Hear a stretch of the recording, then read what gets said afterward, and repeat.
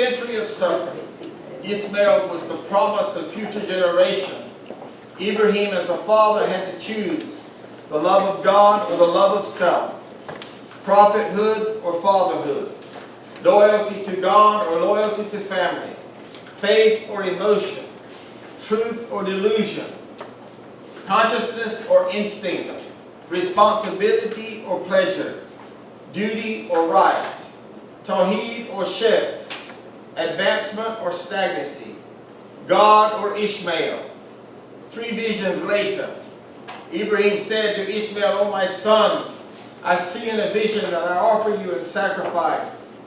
Now see, what is your view?"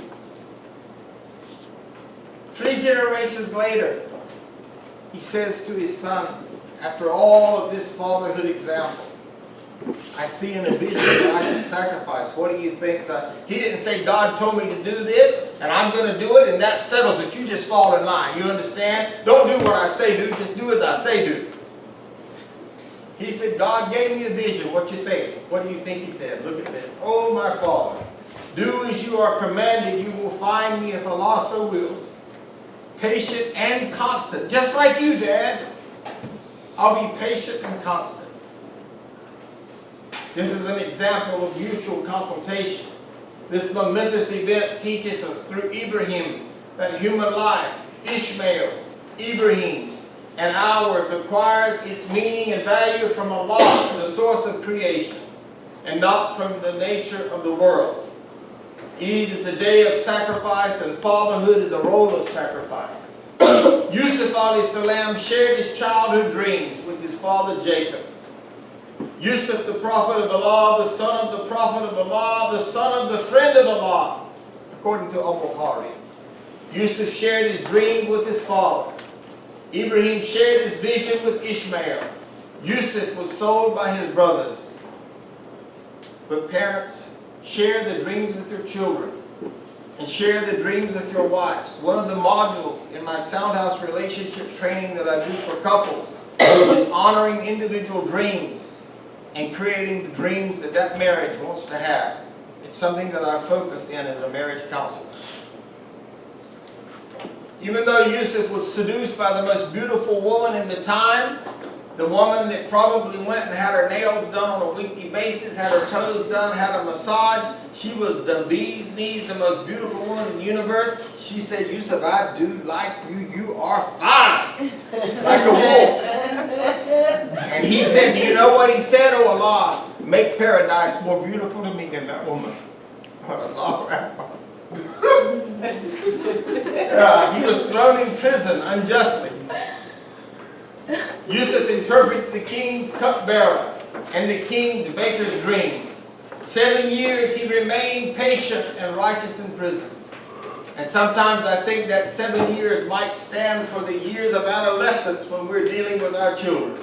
We feel like we're in prison because we feel like the children are the wardens and we're the inmates.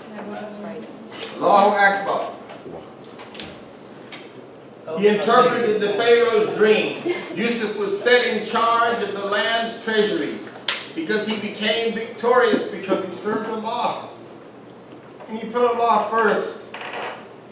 He forgives and favors his brothers who sold him.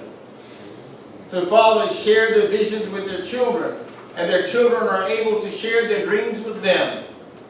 When the child is climbing on their back, they remain calm. They are the advisors. They worship with their children. They build masajids with their children. They teach their children. They're leaders, counselors, responsible, playmates, protectors, providers, advisors. They're moderate in voice. They bear patience. They're imams. Congratulations, brothers, on being chosen by Allah to be a father.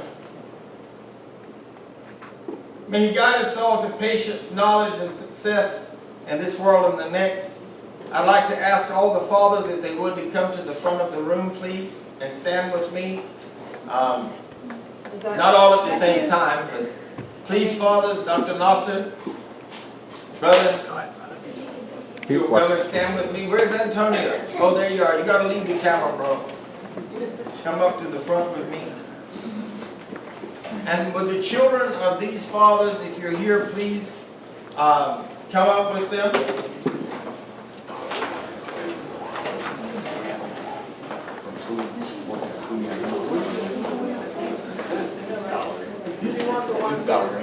Play both roles and just cheat. Can I borrow something? So, wow, this is amazing.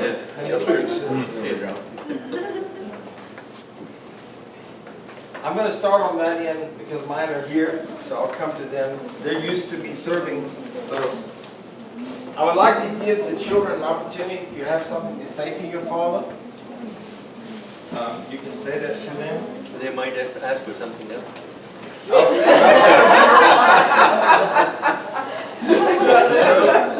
I want each of you, this is a gift for you to give your father, and would you like to say anything to him? But it's irresistible, isn't it? He said it's irresistibly smooth, just like you. Mashallah. And since your son is not here today, brother, I'm going to be your son. Because you're so much older than I am, it would be apropos. So happy Father's Day, and I love you for the sake of Allah, brother. You have a lot of children, so you get a lot of gifts. One, two. Each get to give your father a gift. Would anybody like to say something to Dad today on his special day? Thank you very much. Okay. You might want to turn your camera off. Oh, you have one for me. Okay, that's over here. So I give you an opportunity. If you guys want to say anything? I think I'll speak for everybody here.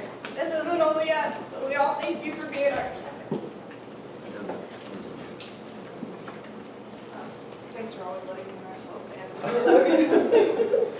She said, "Thank you for always letting me be myself, be myself." So alhamdulillah. Kind of very interesting, but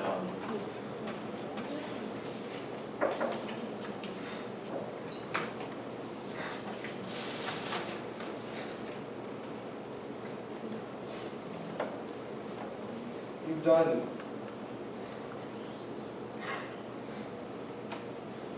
God coming to you forever, and there's a lot of things that no one's really done for me, and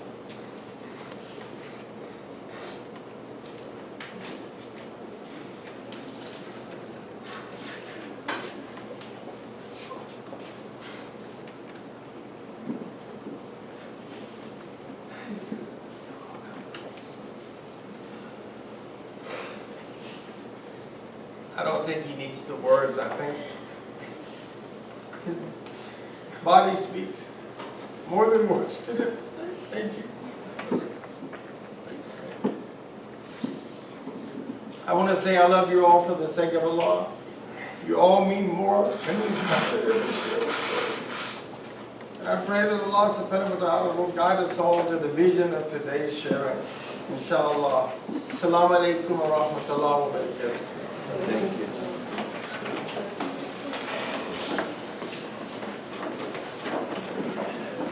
Thanks.